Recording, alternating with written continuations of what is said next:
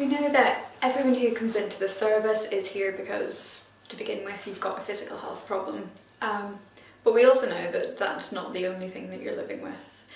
And from what clients have told us in the past, we know that actually having come to your assessment appointment and been seen by the MDT, that's often the first time for people that you've really taken that step back and maybe looked at everything that's going on. And we know that that can be really overwhelming. Absolutely. It can be quite an upsetting thing, really, just to see how much a problem has kind of progressed over time. And it's not just the physical stuff, that might be the reason that you're here, but there's also all of the emotional stuff that goes with that, the emotional consequences of it, and there's also the impact that your physical health issue has on your relationships and on your social life and on your identity. And that's why we tend to look at things from that holistic perspective. We have physios involved, we have psychologists involved, because it's not just one or the other, it's everything together. And even though I think it can be really overwhelming to look at the entirety of the problem, I think that can sometimes be really helpful for some people, because it's a way of explaining why things are so difficult and why they've become so hard, that it's not just one little thing, it's not just your physical health that you're dealing with, it's actually all of this other stuff as well.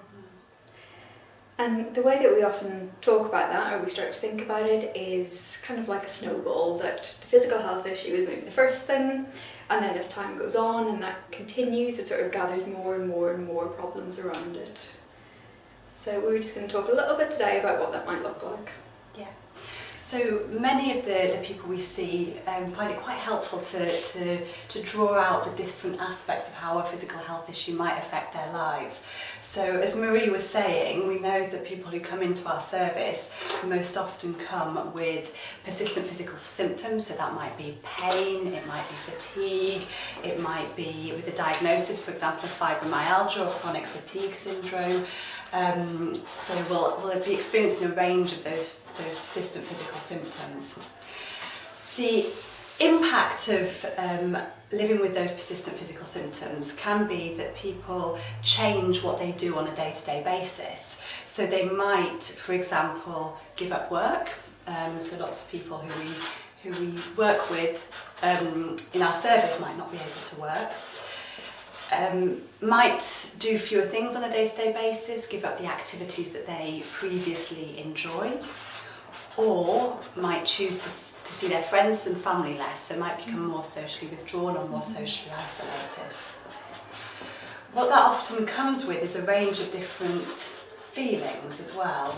So as a result of doing less, someone might end up feeling quite low or sad or frustrated that their life has changed, or in fact guilty that they're not doing the things that they used to do, or guilty that they're relying on other people to help them with day-to-day tasks. What can also happen is, because of change in activity or in physical well-being, people might experience a change in their physical appearance, and again that's something that people might find quite difficult.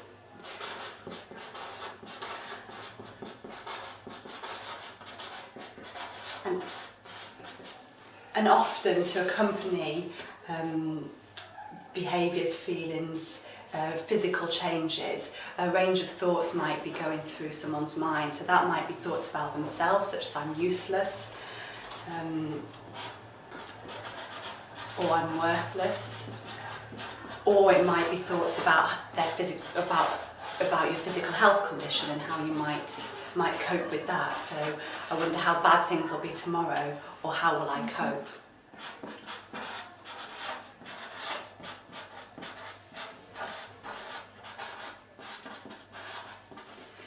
And now we know that all of these things interact, and this thoughts, feelings, physical sensations, behaviours model is something that we'll return to in different videos in this programme. And we know that we can address each of these in different ways to help release the burden. So another analogy that we sometimes use is that feeling of carrying many shopping bags. So it might be that we're walking along loaded up with six shopping bags, which might be these different things that are going on in your life.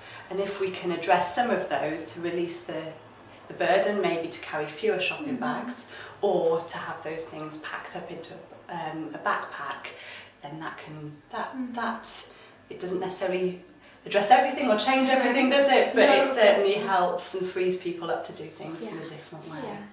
So what we're talking about now, this is covered as well in the workbooks that you've got, and in the workbooks this is under the title of primary and secondary suffering, which is just what we've been talking about, that maybe there's the initial issue and then there's all of that secondary stuff that starts to build up around that. And as Catherine was saying, we can't always necessarily address this. Sometimes people have been to their doctors absolutely loads about this and nothing has really changed, or you've got to a point where maybe that seems like it's as good as it's going to get for now. But what we find, is that if you can unpack some of those shopping bags, if you can put down some of this stuff, then as Catherine said, the entire picture starts to get a lot easier. Everything becomes easier to deal with. So over the next series of videos and the next series of phone calls that you have with your practitioner, you can be looking at loads of different strategies that maybe address all of these different areas. And what we tend to find is that it doesn't really matter where you choose to focus. It's the bit that's going to be the biggest problem for you, or the bit that feels like it's the most important. And that's something that you can talk about with your practitioner and you can have a think about yourself. But we would advise that sometimes actually thinking about this stuff, as I said at the start, it can sometimes be really overwhelming to realise there's actually, maybe it's not just one problem, there may be a lot of other problems going on there. So if you have a think about this yourself, it might be useful to do when you've got a telephone call coming up with your practitioner, so you can have a talk through that with somebody. Yes. Yeah. Good.